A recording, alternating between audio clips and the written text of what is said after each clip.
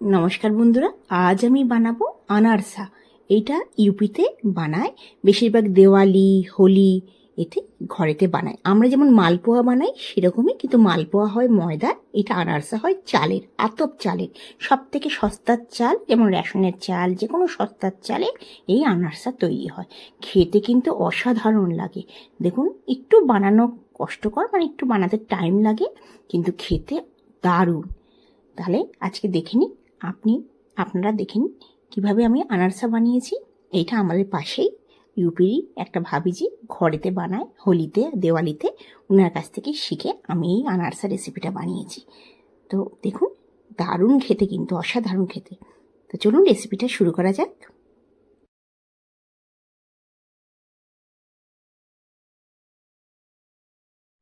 প্রথমে আমি আতপ চাল নিয়ে নিয়েছি 200 গ্রাম, মানে 1 কাপ ধরুন।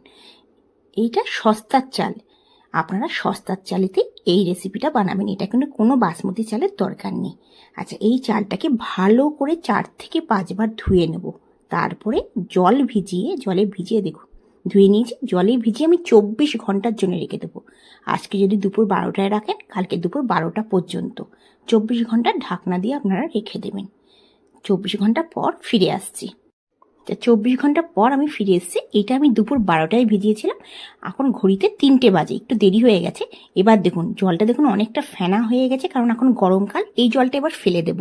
ফেলে দিয়ে কোনো ধোয়ার দরকার নেই, ফের আবার জল দেব, আবার 24 ঘন্টার জন্য রাখবো। কালকে আমি 12টায় দেখেছি, আজকে 3টে বাজে, আমি 3টের সময় জল দিলাম। কালকে আমি 3টে পর্যন্ত কিংবা 12টা পর্যন্ত আমি এটা রাখবো। দেখুন, এবার আমি ছাঁকনি দিয়ে ভালো করে ধুয়ে তো রেখেছিলাম 4-5, ছাঁকনি দিয়ে এটা 5 মিনিটের জন্য রেখে দেবো, তাহলে ভালো করে জলটা ঝরে যায়। দেখুন, শুধু 5 মিনিটের জন্য রাখবেন, তার থেকে বেশি দরকার নেই। আচ্ছা, একটা কাপড় নিয়ে নিয়েছি, আপনারা টাওয়াল নিতে পারেন। আমি কাপড় নিয়ে রুমেতে পাখার নিচে আমি এটা ছড়িয়ে দেব।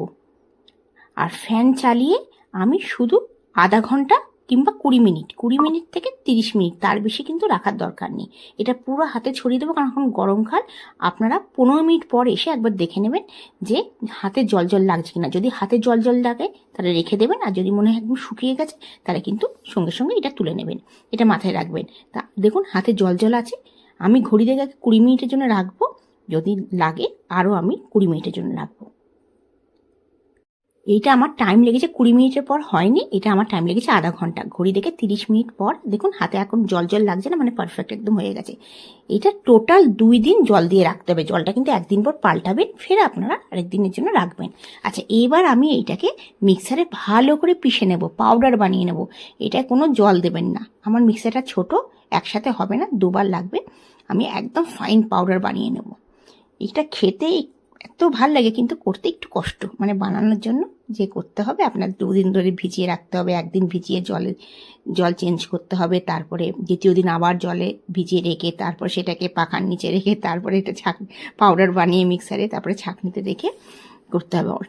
একটু মেহনত আছে, কিন্তু খেতে অসাধারণ। এখানকার লোকেরা হোলিতে, দেওয়ালিতে এটা বানায়, আর খেতে কিন্তু দারুণ লাগে।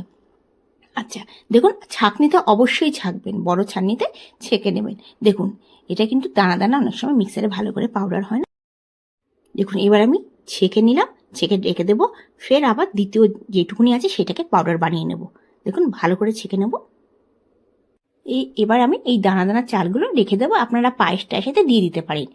বাকি যে চালগুলো রয়েছে সেগুলোকে আমি ছেঁকে নেব।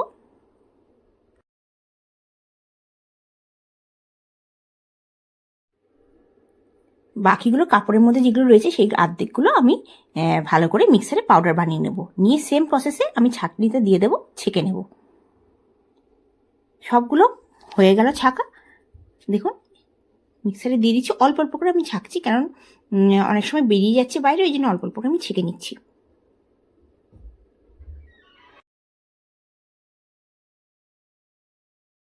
আচ্ছা, এবার আমি চিনি নেব। আমি হাফ কাপ চিনি নেব না, এই কৌটোটা 1 কাপ চাল নিয়েছি, তার হাফ নেব, মানে 100 গ্রাম চিনি নেব।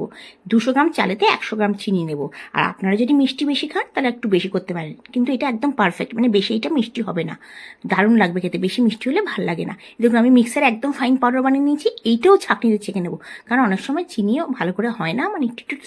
এবার চিনি আর চালটা মানে চিনি গুঁড়ো আর চাল গুঁড়োটাকে ভালো করে হাতে যেমন আমরা ময়াম দিই সেরকম আমরা করে নেবো ভালো করে। দেখুন এটা লাড্ডু হয়ে যাচ্ছে, মানে কিছুটা ময়েস্ট ছিল চালটা আর চিনিতে এটা হয়ে গেছে। এইটা হওয়া মানে পারফেক্ট আপনার ব্যাটারটা মানে এটা হয়েছে, তৈরি হয়েছে।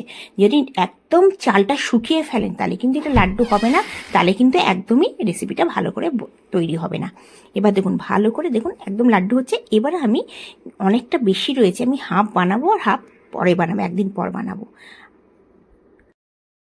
এবার আমি এই লাড্ডুর মতন বানিয়ে এটা রেখে দেবো। অনেকে করে কি, অনেক রকমের আনারসা হয়, অনেকে করে কি এই মানে লাড্ডুর মতন বানিয়ে রেখে দেয় 12 ঘন্টার জন্য। আমি 12 ঘন্টার জন্য রাখবো, আমি সঙ্গে সঙ্গে বানিয়ে নেবো। ওইটা আমি রেখে দিলাম, ওইটা ব্যাটারটা বেশি হয়ে গেছে আমি রেখে দিলাম, ওইটা ফ্রিজে আমি রেখে দেবো। আচ্ছা অল্প অল্প করে দুধ দেবো, দুধটা একদম অল্প অল্প করে দেবো, জাস্ট একটু লাড্ডু জানে বানাতে পারি। 2 চামচ দুধ দিলাম, তার থেকে বেশি দরকার নেই, কারণ চিনি আছে গলে যাবে। দিয়ে এটা ভালো করে হাত দিয়ে মেখে নেব। আর মেখে নেওয়ার পরে তারপর আমরা ছোটো ছোটো একদম লুচির মতন বানাবো। দেখুন এটা বেলার কোনো দরকার নেই। আচ্ছা অনেকেই করে এর মধ্যে একটু খোয়া দেয়, আমি খোয়া দেবো না, সিম্পল বানাবো, এটা খেতেও দারুণ লাগে। এবার দেখুন এটাকে মেখে কিছুক্ষণের জন্য রেখে দেবো। আমি 4 ঘন্টার জন্য এটা মেখে থালা থেকে নিয়ে বাটিতে রেখে দিই 4 ঘন্টার জন্য। আপনারা চাইলে এইটা 5-6 ঘন্টা রাখতে পারেন। আমি এটা 4 ঘন্টার জন্য রেখেছি। এটা মেইন হচ্ছে দুধ না দিয়ে, এটা আমি তো দুধ মিশিয়ে দিয়েছি ওই জন্য আমি 4 ঘন্টা রাখলাম। এটা হচ্ছে দুধ না দিয়ে যেরকম লাড্ডু বানিয়ে রেখেছি সেরকম করে 12 ঘন্টা রেখে দিতে হয়। আমি সেটা আর করিনি, আমি এটাকে দুধ দিয়েছিলাম বলে রেখে দিয়েছিলাম কিছুক্ষণ, মানে 4 ঘন্টার মতো রেখে দিয়েছিলাম। 4 ঘন্টা পরে আমি এটা বানাচ্ছি। ছোটো ছোটো মানে যেমন মালপোয়া হয় সেরকমই ছোটো ছোটো। আপনারা চাইলে একটু প্লাস্টিকের মধ্যে একটু তেল লাগিয়ে বেলে নিতে পারেন। আমি এইটা হাতেই গোল গোল করে নিলাম। এবার ভেজে নেবো, রিফাইন অয়েল দিয়ে দিয়েছি। আর ঘিতে ভাজলে তো অসাধারণ লাগে, এখানে লোকেরা কিন্তু ঘিতেই ভাজে, খেতে দারুণ লাগে একদম। আচ্ছা এবার আমি কি করবো, এটা কিন্তু অবশ্যই আনারসাটা এক দিকটায় ভাজা হয়, মানে নিচের পোর্শনটা ভাজা হবে, ওপরটা কিন্তু ভাজা হবে না। ওপরটা কি হবে, গরম যে তেল আছে সেটা দিয়ে দিতে হবে, তাতে এটা ফুলে যাবে। এটা একদিকে সেঁকা হয়। আপনাদের আজকের ভিডিওটা কেমন লাগলো আমাকে অবশ্যই জানাবেন। যদি ভালো লেগে থাকে অবশ্যই বন্ধু বান্ধবের কাছে শেয়ার করবেন আমার চ্যানেলটিকে। যদি এখনও পর্যন্ত আমার চ্যানেলকে সাবস্ক্রাইব না করে থাকেন অবশ্যই সাবস্ক্রাইব করার অনুরোধ রইল। দেখুন আমি একদম মিডিয়াম ফ্লেমে ফ্রাই করে নিচ্ছি, এটা লো ফ্লেমও না হাই ফ্লেমও না, মিডিয়াম ফ্লেমে। 3 থেকে 4 মিনিটের মধ্যে ভাজা হয়ে যাবে। খেতে কিন্তু অসাধারণ লাগে, আপনারা অবশ্যই এই প্রসেসে বানিয়ে দেখবেন। হালকা মিষ্টিতে খুব সুন্দর লাগে খেতে, কি দারুণ হয়েছে দেখুন। আচ্ছা দ্বিতীয়টা ভেজে নেব, তেলটা একটু বেশি দিয়েছি, আমি একসাথে দুটো ভেজে নেব। একটা দেওয়ার পরে একটুখানি ভেজে নিয়ে আরেকটা দিয়ে দেব। মোটামুটি 5 থেকে 6 মিনিট টাইম লাগে এটা ভাজতে। আচ্ছা মোটাতে ভেজে তুলে নিয়েছি, এইটা আমি দুটো একটা একটু দেওয়ার পরে আরেকটা দিয়েছি। এই গরম তেলটা এবার তার উপরে দিলে এগুলো সব ফুলে যাবে। একদম লো ফ্লেমে ভাজবেন, তাহলে কিন্তু ভীষণ মুচমুচে হবে।